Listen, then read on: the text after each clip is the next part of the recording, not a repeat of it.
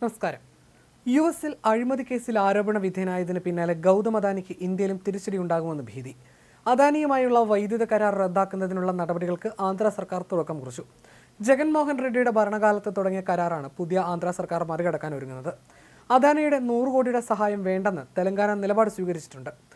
ആന്ധ്ര ധനകാര്യമന്ത്രി പയ്യുവാല കേശവ് റോയിട്ടേഴ്സിനോടാണ് അദാനിയുമായിട്ടുള്ള കരാർ പുനഃപരിശോധിക്കാനുള്ള സാധ്യതകൾ ആരായുമെന്ന് അറിയിച്ചത്.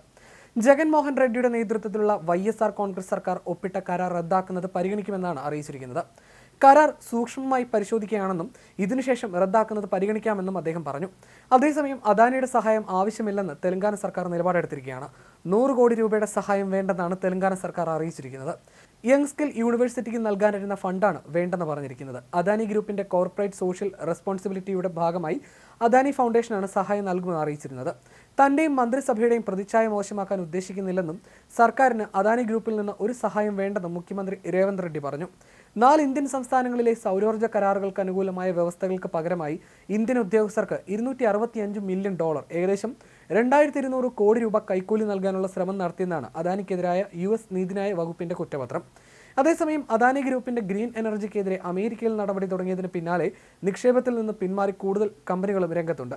രാജ്യത്തിന്റെ പ്രധാന വിമാനത്താവളത്തിന്റെ വികസനത്തിനായി അദാനി ഗ്രൂപ്പുമായി ഉണ്ടാക്കിയ കരാറുകൾ നേരത്തെ കെനി റദ്ദാക്കിയതിന് പിന്നാലെ ഗ്രീൻ എനർജിയുമായിട്ടുള്ള നിക്ഷേപത്തിൽ നിന്ന് ഫ്രാൻസിന്റെ ടോട്ടൽ എനർജീസും പിന്മാറി. ഗ്രീൻ എനർജിയിൽ 19.75% ഓഹരിയാണ് ടോട്ടൽ എഞ്ചിനീയറിനുണ്ടായിരുന്നത്. ഇതിനു പുറമെ കൂടുതൽ നിക്ഷേപങ്ങൾ ഉണ്ടാവില്ലെന്നും ബന്ധപ്പെട്ടവർ വാർത്താക്കുറിപ്പിൽ അറിയിച്ചിട്ടുണ്ട്. സൗരോർജ്ജ കരാറുകൾ ഉറപ്പാക്കാൻ ഇന്ത്യയിലെ വിവിധ സംസ്ഥാനങ്ങളിലെ ഉദ്യോഗസ്ഥർക്ക് കോടിക്കണക്കിന് ഡോളർ കൈക്കൂലി നൽകുകയോ വാഗ്ദാനം നൽകുകയോ ചെയ്തെന്നും ഇതേക്കുറിച്ച് തെറ്റിദ്ധരിപ്പിക്കുന്ന പ്രസ്താവനകൾ നടത്തി US നിക്ഷേപകരെയും ആഗോള ധനകാര്യ സ്ഥാപനങ്ങളെയും വഞ്ചിച്ചു എന്നുമായിരുന്നു ഗ്രീൻ എനർജിക്കെതിരെയുള്ള കേസ്. അമേരിക്കയിൽ നടപടി നേരിടുന്നത് സംബന്ധിച്ച വിവരങ്ങൾ തങ്ങളെ അറിയിച്ചിട്ടില്ലെന്നും നിക്ഷേപത്തിൽ നിന്ന് പിന്മാറിയ ടോട്ടൽ എനർജി ചൂണ്ടിക്കാട്ടിയിട്ടുണ്ട്. അദാനി ഗ്രൂപ്പിന്റെ വിവിധ കമ്പനികളിലായി 50% നിക്ഷേപമുള്ളവരാണ് ടോട്ടൽ എനർജി. അതേസമയം ഗൗതം അദാനിക്കെതിരെ US ജസ്റ്റിസ് ഡിപ്പാർട്ട്മെന്റിന്റെ കൈക്കൂലി കേസിന് പിന്നാലെ നിക്ഷേപകർക്ക് വലിയ തിരിച്ചടിയും സാമ്പത്തിക നഷ്ടവുമാണ് ഉണ്ടായത്. അദാനിക്ക് രാജ്യാന്തര തലത്തിൽ പേരുദോഷവുമുണ്ടായി. ഇതിനെല്ലാം മൂല കാരണമായ കേസും അന്വേഷണവും തുടങ്ങുന്നത് ന്യൂയോർക്ക് സ്റ്റോക്ക് എക്സ്ചേഞ്ചിൽ ലിസ്റ്റ് ചെയ്ത ഒരു കുഞ്ഞൻ കമ്പനിയിൽ നിന്നാണ്.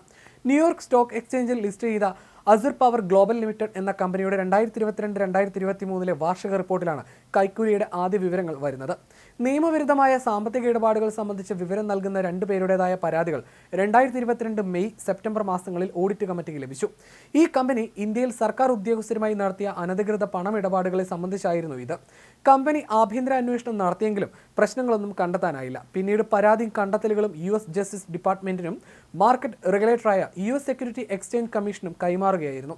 അമേരിക്കയിൽ നിയമ നടപടി നേരിടുന്ന പശ്ചാത്തലത്തിൽ അദാനിയുമായിട്ടുള്ള കരാറുകളിൽ പുനഃപരിശോധനയ്ക്ക് ഒരുങ്ങുകയാണ് മറ്റു രാജ്യങ്ങളും. ആദ്യം കെനിയായിരുന്നു ഒരു പദ്ധതിയിൽ നിന്ന് പിന്മാറിയത്. ഇതിന് പിന്നാലെയാണ് മറ്റു രാജ്യങ്ങളും സ്ഥാപനങ്ങളും ഇക്കാര്യത്തിൽ ചിന്ത തുടങ്ങിയത്. ശ്രീലങ്കയിലെ തുറമുഖ വികസനത്തിനായി $50 കോടി വായ്പ നൽകാമെന്നേറ്റ US international development financial corporation പദ്ധതിയിലെ പ്രധാന പങ്കാളികളിൽ ഒരാളായ അദാനി ഗ്രൂപ്പിനെതിരെ അഴിമതി ആരോപണങ്ങൾ ഉയർന്ന സാഹചര്യത്തിൽ കൂടുതൽ ജാഗ്രത പുലർത്തുമെന്നും അറിയിച്ചിട്ടുണ്ട്.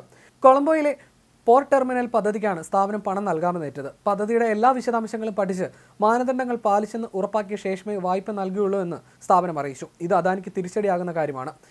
ഇതിനിടെ അദാനി ഗ്രൂപ്പിനെതിരെ കൂടുതൽ അന്വേഷണം ആവശ്യപ്പെട്ട് വിശാൽ ജാ എന്ന അഭിഭാഷകൻ സുപ്രീം കോടതിയിൽ ഹർജി നൽകിയതും വിഷയം പ്രതിപക്ഷം ഏറ്റെടുക്കുമെന്നതും വലിയ വെല്ലുവിളിയായി നിൽക്കുകയാണ്.